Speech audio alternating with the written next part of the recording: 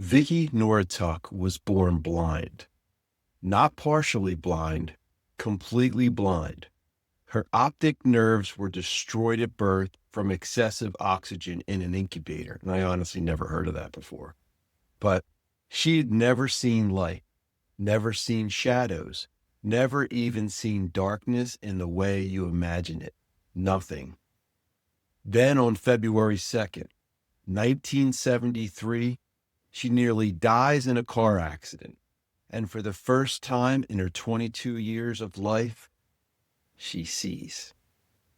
See, she'd been working as a singer and a pianist at a restaurant in Seattle.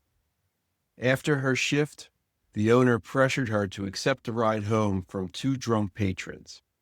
The VW bus weaved through the streets near Queen Anne Hill.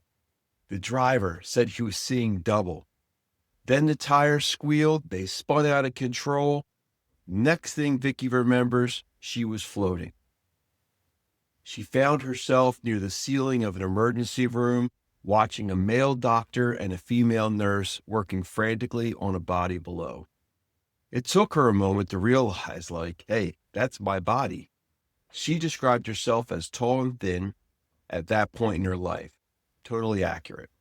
She described the medical equipment around her, which was verified. And then there was her wedding ring. This is the key one. She said it had orange blossoms on the corners. This is a ring she'd only ever touched.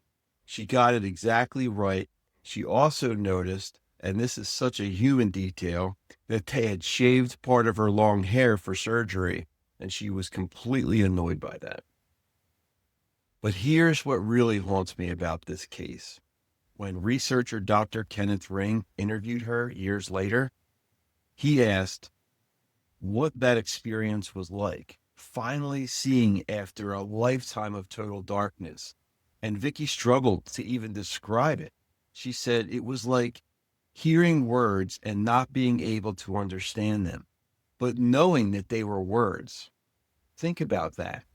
She had to learn what seeing meant during her own death.